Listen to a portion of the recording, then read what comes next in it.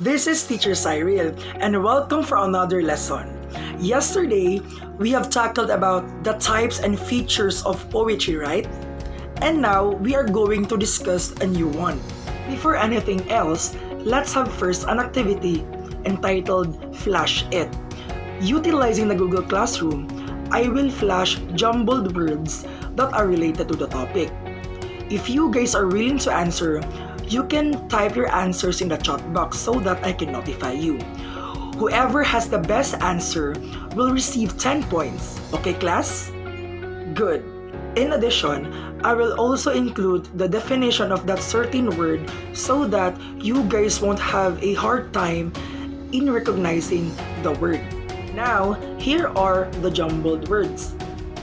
So in item number 1, a genre that generally a narrative form in any medium consisting of people, events, or places that are imaginary. In other words, this is not based in reality or fact.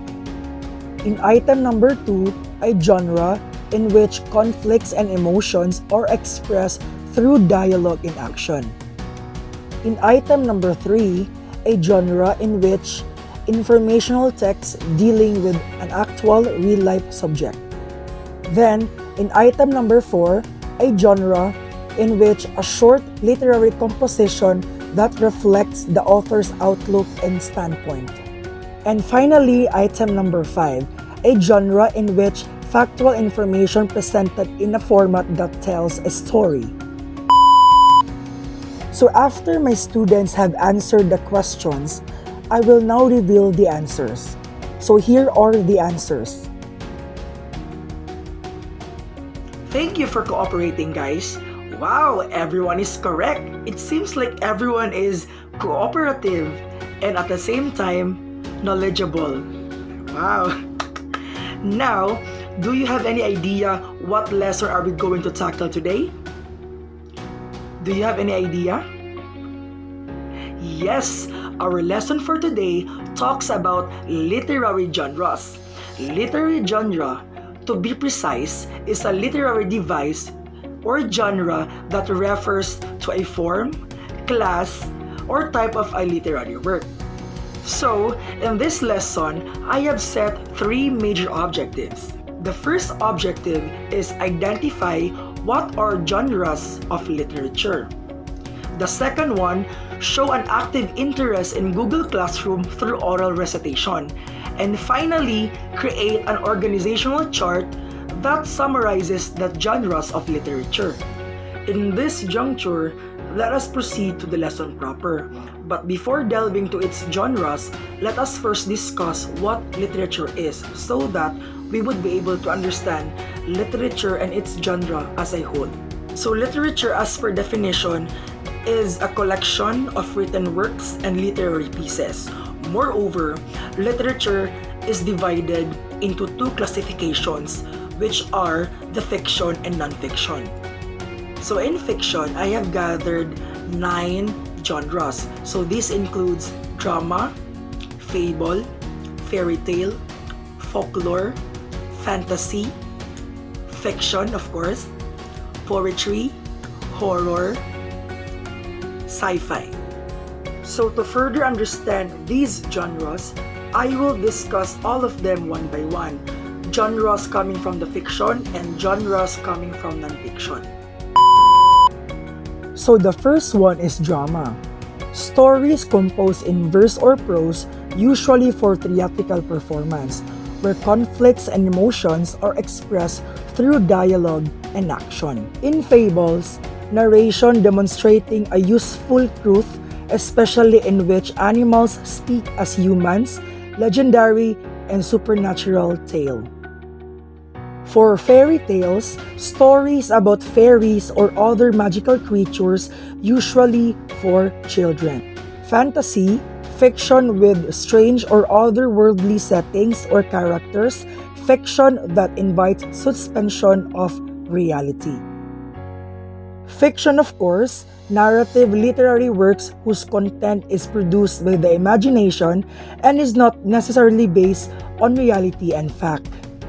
In folklore, the songs, stories, myths, and proverbs of a people or folk as handed down by the word of mouth. Horror, a fiction that is meant to entertain and elicit fear to the viewers. Then poetry, verse and rhythmic writing with imagery that creates emotional responses. And finally, science fiction, story based on the impact of actual, imagined, or potential science, usually set in the future or on other planets.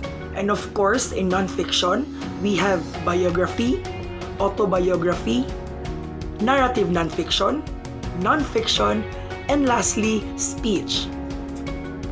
So first, biography and autobiography. These are narratives of a person's life, a true story about a real person.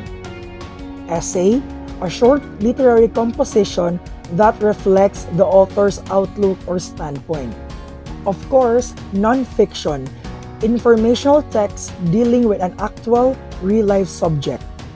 Then, narrative nonfiction, factual information presented in a format that tells a story. And lastly, speech, public address or discourse. Are we good? Do you have any questions, guys? If not, I will present again the genres of literature, both fiction and nonfiction, so that you can recall it easily. So these are the genres under fiction. We have drama, fable, fairy tale, fantasy, fiction, folklore, poetry, horror, and sci-fi. And for genres under nonfiction, we have biography and autobiography, essay, nonfiction, narrative nonfiction, and lastly, speech. Since we are now done with literary genres, in order to really see if you guys have learned something from our discussion, I will call random names. And after the oral recitation, let's have a quiz. So may I call the presence of Aaron James? Kindly turn on your camera and your microphone. Okay, so here's my question. This is a story based on the impact of actual, imagined, or potential science. So this is under fiction. So what type is this? What? I can't hear you. What? Okay, it's sci-fi or science fiction. Okay, congrats. Thank you for answering my question. Next, may I call the presence of Ninya? Okay, Ninya, kindly on your camera and your microphone.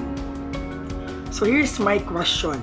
So these are narratives of a person's life. So actually, the answer would be 2. Again, these are narratives of a person's life. What's your answer? Can't hear you. Okay, it's biography and autobiography. Okay, thanks for participating. Aaron and Nina, thank you for participating. Now, let's proceed to our quiz. Instructions. In your LMS, I have posted a 10-item quiz that circulates to your lesson, which is the literary genres. The quiz shall only be taken once with a 15 minutes allotted time. So, good luck and go get that perfect score. Okay? So in your quiz, you are going to differentiate fiction and non-fiction using a Venn diagram. It depends on you on how many similarities and differences you are going to include as long as you have answers.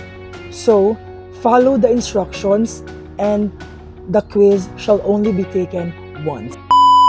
Lastly, your assignment. So your assignment would be designing a organizational chart. So the purpose of this assignment is that you will encapsulate or capsulize all genres of literature using your own creativity, using your own chart, and everything. And your output shall be graded based on this rubric, which entails the clarity, organization, and creativity. So the first one is clarity that has 25%, which means words are clear and its description. The second one is the organization that has 50%. Concepts and examples are well linked and organized. Lastly, creativity that has 25%. All genres of literature are given justice by adding up some creativity, design, and the chosen chart. I think that's all, and I hope that you've learned something from my discussion. And tomorrow, when I get in, I will reveal your scores of your quiz. Bye! See you tomorrow!